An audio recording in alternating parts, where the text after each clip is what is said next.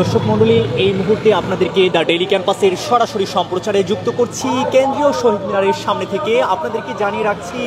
কেন্দ্রীয় শহীদ মিনারের সামনে কিন্তু কিছুক্ষণ আগেই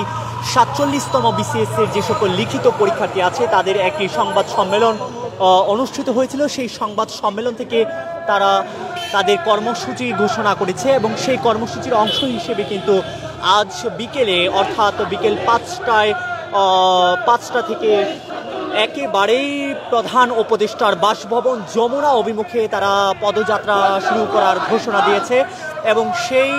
ঘোষণার অংশ হিসেবে কিন্তু এই মুহূর্তে তারা যমুনা অভিমুখে রওনা করেছে এবং তারা কিন্তু ধীরে ধীরে পায়ে পায়ে এগিয়ে চলছে যমুনার দিকে, অর্থাৎ প্রধান উপদেষ্টার বাসভবন যমুনার দিকে তারা এগিয়ে চলছে। এবং তারা যেই বিষয়টি নিয়ে আজকের এই আন্দোলনে নেমেছে তাদের সেই বিষয় হচ্ছে ৪৭তম BCS এর লিখিত পরীক্ষায় তারা অংশগ্রহণের জন্য যে বৈষম্যমূলক সময়, সেই সময়ের বিরোধিতা তারা করছে এবং ৪৭তম BCS এর জন্য একটি পর্যাপ্ত সময় তারা চাচ্ছে এবং কোনোভাবে যদি তাদের এই ৪৭তম BCS এর লিখিত পরীক্ষায় পর্যাপ্ত সময় দেওয়া না হয়, তাদের পড়াশোনা করার জন্য যদি পর্যাপ্ত সময় দেওয়া না হয়, সেক্ষেত্রে কিন্তু তারা পরীক্ষা দিতে গিয়ে একটি বিপাকে পড়বেন বলেই তারা জানিয়েছেন। এবং তারা কিন্তু এই মুহূর্তে স্লোগানে প্রকম্পিত করে তুলছেন কেন্দ্রীয় শহীদ মিনার থেকে ঢাকা বিশ্ববিদ্যালয়ের দিকের যেই এলাকা, সেই এলাকা কিন্তু তারা স্লোগানে প্রকম্পিত করে তুলছেন এবং একই সাথে তারা তাদের স্লোগানে জানানো যে চেষ্টা করছেন যে তারা ৪৭তম BCS এর লিখিত পরীক্ষায় একটি যৌক্তিক সময় চান এবং যেই যৌক্তিক সময়ের মধ্যে তারা পড়াশোনা করে পরীক্ষা দেওয়ার জন্য একটি পর্যাপ্ত সময় পাবেন এবং পর্যাপ্ত সময় পরীক্ষা দেওয়ার জন্য প্রস্তুতি নিয়ে পরীক্ষা দেওয়ার জন্য পূর্ণাঙ্গ যে সময়, সেই সময়ের দাবিতেই কিন্তু তারা এখানে আসছেন। একই সাথে আমরা যদি আপনাদেরকে জানিয়ে রাখি, তাদের আজকের যে কর্মসূচি, সেই কর্মসূচি থেকে কিন্তু তারা পরীক্ষা বর্জনের দাবিও করেছেন যে তাদেরকে যদি যৌক্তিক সময় না দেওয়া হয় তাহলে তারা কিন্তু পরীক্ষা বর্জন করবেন বলেও জানিয়েছেন এবং আগামীকাল তারা বেশ কয়েকটি জায়গায় মিছিল নিয়ে যাবেন বলে আমাদেরকে কিছুক্ষণ আগে সংবাদ সম্মেলনে জানিয়েছিলেন। এবং তাদের যে নেতৃবৃন্দ আছেন, তারা যারা এই আন্দোলনে নেতৃত্ব দিচ্ছেন, তারা কিন্তু জানিয়েছেন যে তারা কোনো কমিটি করে অথবা কার্যনির্বাহী পরিষদ করে তারা এই আন্দোলনে নামেননি। এখানে সকলেই সমন্বয়কের ভূমিকা পালন করবেন, অর্থাৎ সকলেই সমন্বয় করে এই আন্দোলনকে সামনের দিকে এগিয়ে নিয়ে যাবেন। এবং একই সাথে তারা ৪৭তম BCS এ কিছুক্ষণ আগে আমরা দেখেছি তাদের সংবাদ সম্মেলনে তারা একটি দলকে ইঙ্গিত করেছেন এবং ইঙ্গিত করেননি, সরাসরি সেই দলের দিকে আঙুল তুলে কিন্তু তারা বলেছেন যে তাদের এই ৪৭তম BCS পরীক্ষায় সময় নির্ধারণে এনসিপি নেতৃবৃন্দ এখানে দায়ী রয়েছেন। তারা সরাসরি বলছিলেন যে আসিফ মাহমুদ সজীব ভুইয়ার কথা, যিনি বর্তমানে একজন ছাত্র উপদেষ্টা হিসেবে বাংলাদেশের মন্ত্রণালয়ে আছেন এবং তারা বলছিলেন যে আসিফ মাহমুদ সজীব ভুইয়া এবং মাহফুজ আলম, এই দুই ছাত্র উপদেষ্টার কারণেই তাদের সময়ের ক্ষেত্রে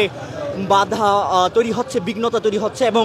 তাদের পরীক্ষার যে পর্যাপ্ত সময়, সেই সময় কিন্তু তারা পাচ্ছেন না এবং তারা পরীক্ষার ক্ষেত্রে পূর্ণাঙ্গ প্রস্তুতি নিতে পারছিলেন না, যেমনটি তাদের নেতৃবৃন্দ সাইফ সাহেব কিছুক্ষণ আগেই সংবাদ সম্মেলনে আমাদেরকে বলছিলেন। এবং তারা যদি তাদেরকে সময় বাড়িয়ে না দেওয়া হয়, সময় বৃদ্ধি না করা হয়, পরীক্ষার প্রস্তুতির জন্য যদি তাদেরকে সময় পূর্ব আবারও নির্ধারণ করে সময় না দেওয়া হয়, যৌক্তিক সময় না দেওয়া হয়, সেক্ষেত্রে তারা পরীক্ষা বর্জন করার সিদ্ধান্ত নিয়েছেন। এবং তারা বলছিলেন যে তারা বেশ কয়েকবার কিন্তু উপদেষ্টা মণ্ডলী এবং দায়িত্বরত পিএসসির চেয়ারম্যান সহ সরকারের ঊর্ধ্বতন কর্মকর্তাদের সাথে আলোচনা করেছেন এবং আলোচনার মাধ্যমে কিন্তু তারা এখন পর্যন্ত কোনো সমস্যার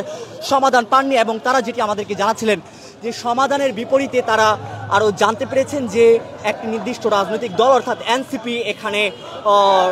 রাজনৈতিক স্বার্থ হাসিলের জন্য এবং তাদের যে সংশ্লিষ্ট অন্যান্য নেতৃবৃন্দ আছেন তাদেরকে এই পরীক্ষায় সুযোগ দেওয়ার জন্যই কিন্তু এই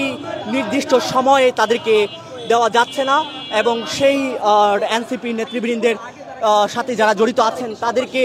সুযোগ সুবিধা দেওয়ার জন্যই কিন্তু এই পরীক্ষার সময়কে কমিয়ে আনা হয়েছে, যেটির কারণে কিন্তু তারা বিক্ষুব্ধ হয়ে উঠছেন এবং তারা জানাচ্ছিলেন যে একটি দলকে কেন সুবিধা দেওয়ার জন্য প্রায় ৫ থেকে ৭ হাজার পরীক্ষার্থীদেরকে কেন এই সুযোগ থেকে বঞ্চিত করা হবে এবং তাদেরকে কেন পর্যাপ্ত সময় দেওয়া হবে না, সেই বিষয়টি কিন্তু তারা বলছিলেন। এবং তারা কিন্তু বারবার